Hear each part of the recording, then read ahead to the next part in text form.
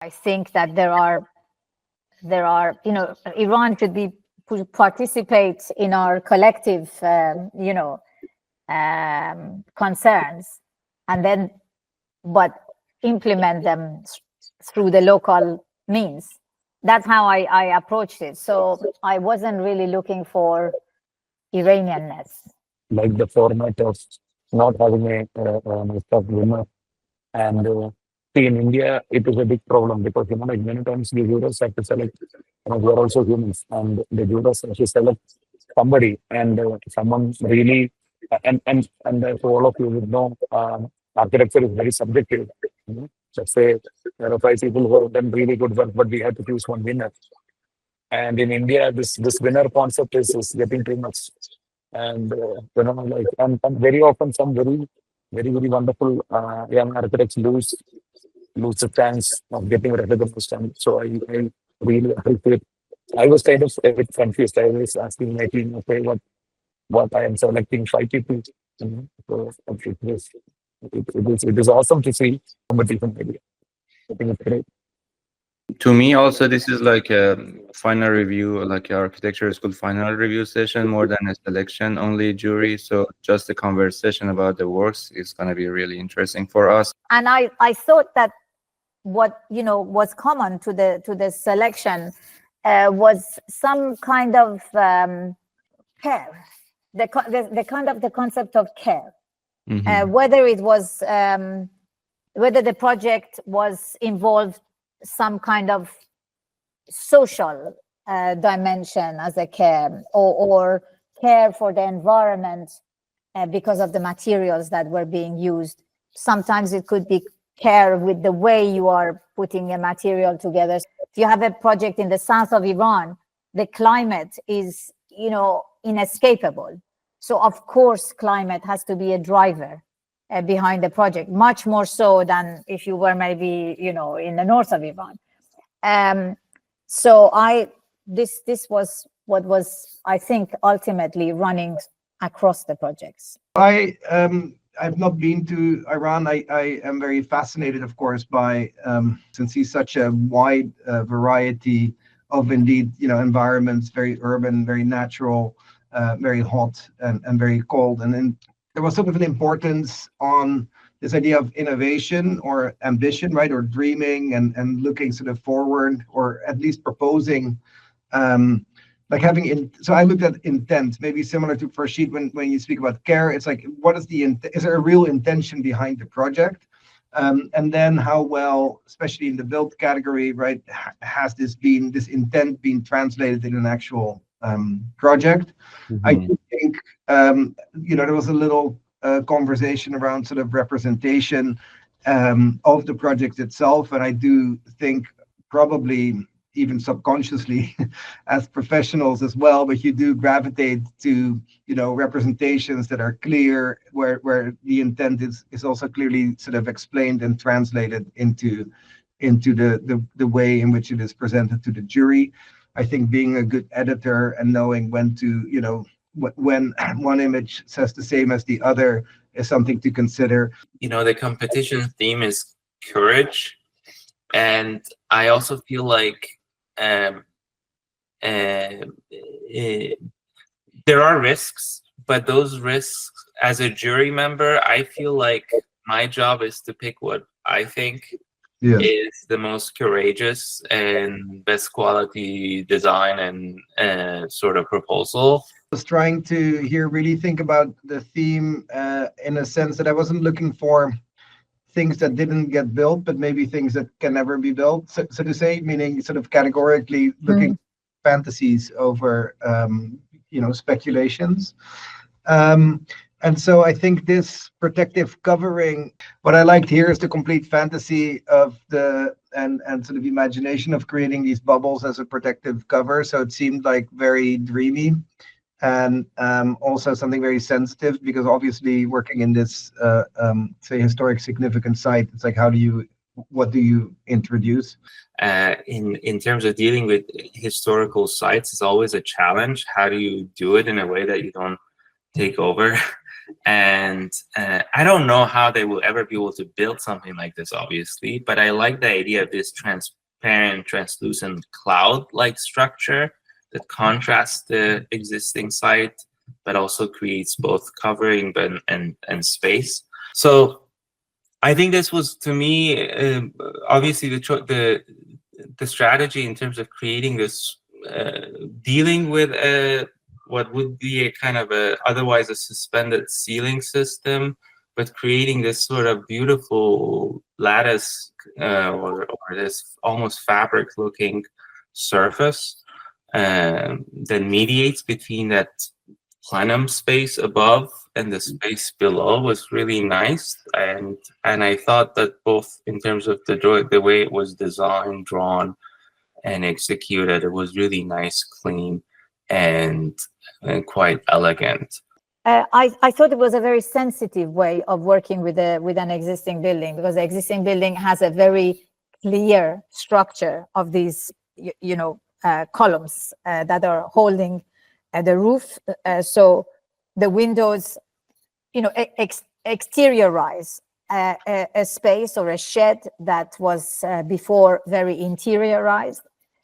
So with just these windows, you are in the gallery, but you have a relationship with the outside. You have some natural light. It's very, if you like, minimal in what it does, but it transforms the building quite a bit. One of the reasons was the fact that their model. The model was a nice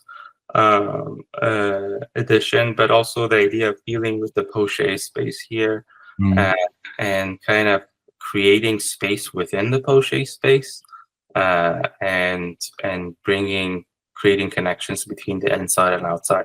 Quite simple, but I would say for me it was quite powerful. This one is a school in Zahedan. They explain that one of the main challenges of this region is how to respond to wind and also dust that comes from the wind. And so their proposal is to build the school below ground. And when you're below ground, you are kind of carving rather than building walls. And then it seems like the roof of the building then is, a playground landscape. It uses different, let's say, geometries that are, that are relevant when you're carving. You're more free. I also appreciated the fact that they're actually thinking and drawing the construction process in that first column, and to think of it as maybe a process, and to utilize that in the way the project is conceived. That kind of leaves it as a kind of an open-ended development that could grow and change and transform. Also really beautifully executed, I thought. This I really like in particular because it's tackling a kind of a political issue, but also environmental, dealing with what I understood as this kind of a development in the Persian Gulf, and as a way of both dealing with changing rising sea levels, but also connecting to the neighboring Gulf countries, and in an area that is super, I would say, politically disputed and contested. It's a transformation, and it's a cafe now, or like a sort of bar type space. What I really liked is the simplicity of the intervention, but also the way in which the exterior is pulled in. So removing that sort of standard facade and inviting people in by pulling the edge of the street right further into the building itself. Very simple, I don't know if it's Venetian plaster but I mean very simple use of color, but quite powerful for a commercial type of establishment. And the way in which the glass, which seems like either steamed or semi-fritted, creates a little bit of mystique, right? A little bit of diffusion, and that makes it even more intriguing. So, and I felt maybe it's a little bit of a different category. It's more sort of youthful, but I felt as a project, as a first project, maybe for a studio, I don't know, but it seemed like a very, good one, dealing both with interior design material, tectonic, but also with this urban gesture of pulling the street in. Fit into several design aspects. It can be flexible. So this is perhaps like one of the most flexible projects in here. I mean, it's nothing out of the ordinary again, but to think that it fits with the concept of it. They were going for something that does not damage the interiors or doesn't do a lot of work in the process, but this is simple and it kind of goes with the theme. The one after was a complete outlier, Orangi Archive, pure fantasy of a fictional figure, a little sort of a Little Prince type of representation, but the idea really, I mean, it seems categorically different from many of the other entries, also in its representation, and really in a sort of fairy tale type of angle. What I did appreciate is actually taking this angle to produce a very different type of architecture, and so that's why I selected it, and I thought there was a cuteness to some of the drawings and the project. There is a ruin, and it proposes to turn that into a hotel. But as an idea, I thought it was interesting to keep traces of that. Of course, the interior images that are presented give you no hint of the fact that there was once an old building. And I think that maybe is a shortcoming of this proposal. This is a highly relevant subject, and it's a kind of a project using the city, which is live on the ground already.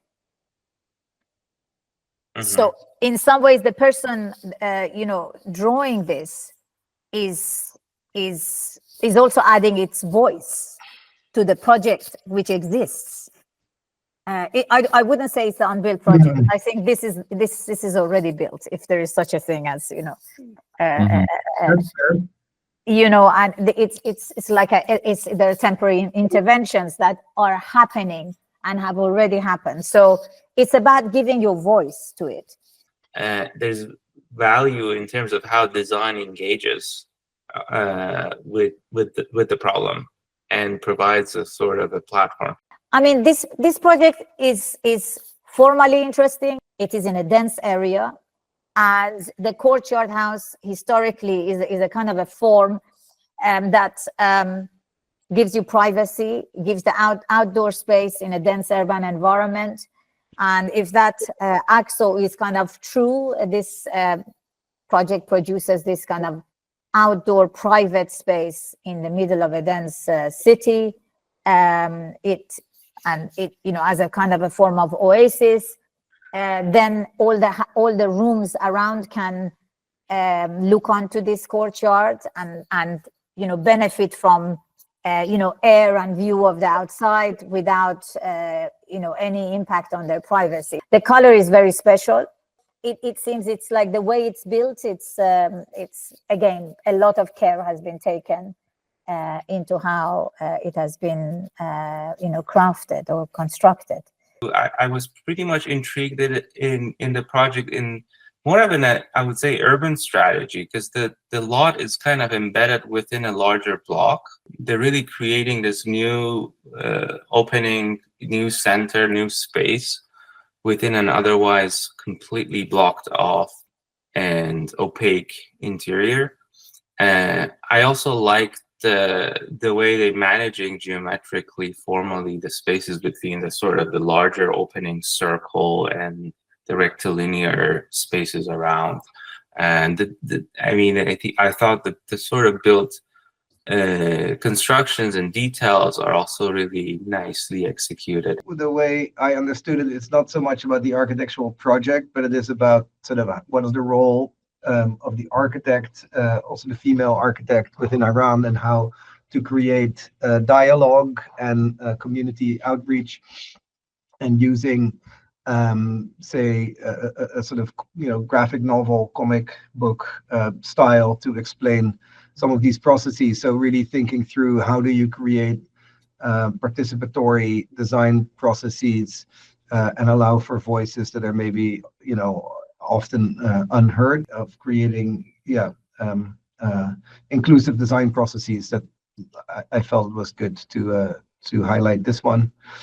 I mean, it's obviously a very architecturally very modest building to begin with, focused on preserving the existing, not kind of demolishing it, giving it a new life. I know that Iran's architectural heritage is enormous, and there is such a drive to the new. That I think also Iranians, generally speaking, have always embraced the new, and they want to be part of the present and the future. I think we need to take care of what we have already as well. The house, the holly, I think we spoke about it. I think what is interesting here, it seems at least, is that it is, apart from being respectful to this vernacular context, there's also sort of a social aspect of it, meaning it acknowledges the house within the village fabric in a way, and so it sits there in a way as a domestic space and a room, but it also seems to be a room where the rest of the village is can be welcomed in. So I think maybe what we shared here is not just the project itself, but the way in which it understands the building as part of the village and as part of a collective of people. It's very different maybe from the theme of, like, say, what we traditionally would consider as innovative.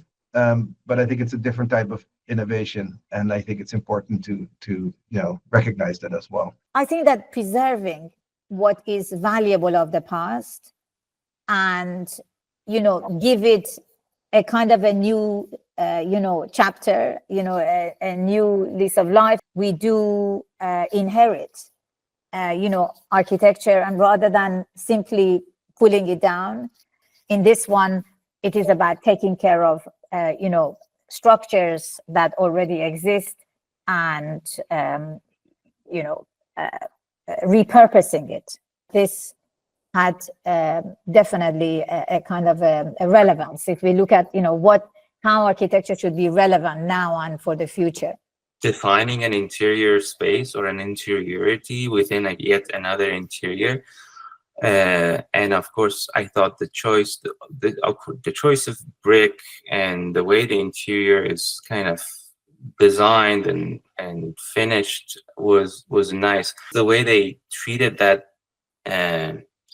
let's say, interior but exterior to the thing, that green or gray area, and turned it into an interior landscape, to me was really nice as a way to both contrast it but also activate that secondary interior space. Also, I noticed the custom millwork and the way it's sort of they mediate between the wooden fill-in furniture and the brick, and I thought that was also nice. The next one, it seems we have all kind of embraced it. It's the skin or the cladding that has been placed on top is very special.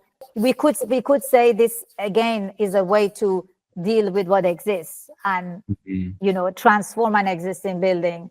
This was very clear for me, one that came out quite clearly. I was fascinated actually by the snow on the material. So there's something really beautiful, not just about sort of the effect of the intent and taking sort of an interpretation of this say traditional basket weaving technique and figuring out how to translate that in an urban setting for a commercial building. So I felt here there was a real desire to make something particular and unique, and making it realized in a commercial setting where there's always constraints, of course, around budget as well. So I think it was well done, and it's quite unique. To me, it's really the facade, the skin system, and the idea of kind of tying it into a weaving tradition, and also in a very contemporary way, and creating also quite a beautiful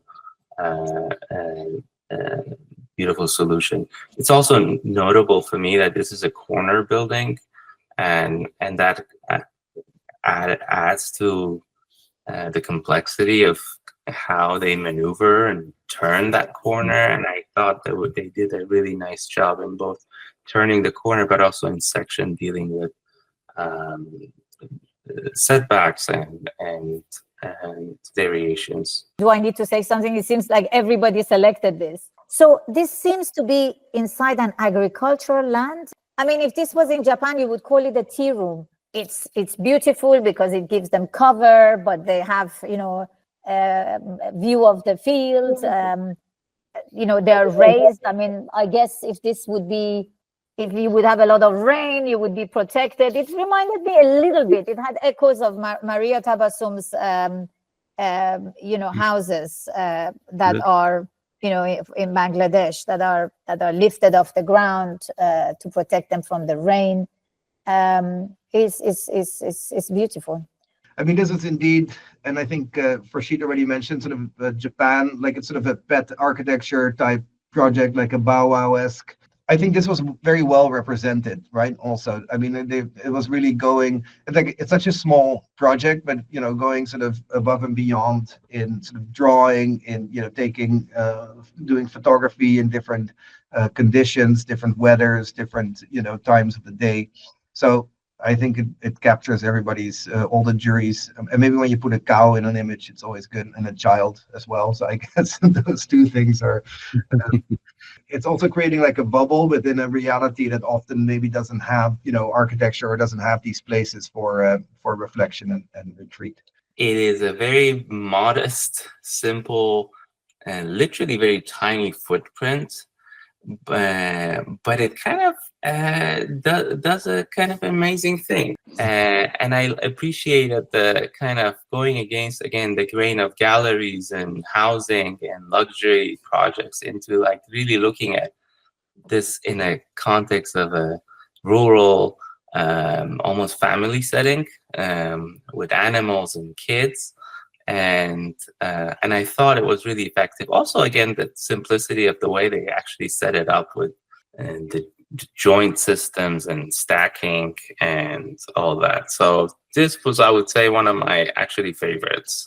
Yes, I think this was like a kind of a temporary house shelter. It's, again, beautifully put together. You are in the midst of nature, so to also frame the nature, and, you know, the design goes a long way to, you know, to almost, it's like a kind of a camera onto the landscape. And I thought that was very special. If you are in that location, you want to be protected from the elements, but you want to have this relationship, visual relationship with it as well. It takes a lot of care in the way, you know, it lifts it off the ground, in the way it uses the kind of the roof, you know, I mean, even down to the hinges. It's you know, it's a beautifully crafted structure. I thought this was very well designed. You know, it is formally kind of quite simple, but just by the way the walls are used and how the different bays are interconnected, it produces a very kind of spatially rich house. I mean, I think the interiors are quite rich. I did think also exposing the block work is quite nice. I mean, Iran has had a history of maybe brick houses. They have used the concrete blocks and they accept that as the interior finish. I believe this was his favorite project for a lot of reasons. There's this experimentation that's going on with decomposition shape spaces. So that is a very relevant concept in present day. And even though this is a very small scale of a project, it seems like it hints at something, you know, something bigger. It's a transformation of a sort of historic farm building. I thought it was very thorough. It was well represented, and I liked the way the sort of ad hoc sensitivity. So it's mostly drawn actually to some of the interiors, where the old and the new, you know, come together in a creative but not totalizing way. So I think it had and I really like the atmosphere that it creates, sort of between sort of new, larger, openings in the traditional windows, between holding on to some of the vaulted structure, but then sort of introducing this new element. So it has a playfulness and a sort of freedom in dealing with, with the existing, which is not nostalgic. It's also not, like trying to undo everything that is there, but it is creating this new, reality in which sort of two different sort of time frames can coexist. So I thought it was a well done and subtle project. There's a very rich culture, a lot of different, voices, a lot of different approaches. So I think it's really impressive to see all this material. And I think in general, it's pretty. I think we have a very nice selection where there is some real quality out there. So that's very promising. And hopefully this, will continue to strengthen the Iranian design culture. It's been really a pleasure to look at all the projects, and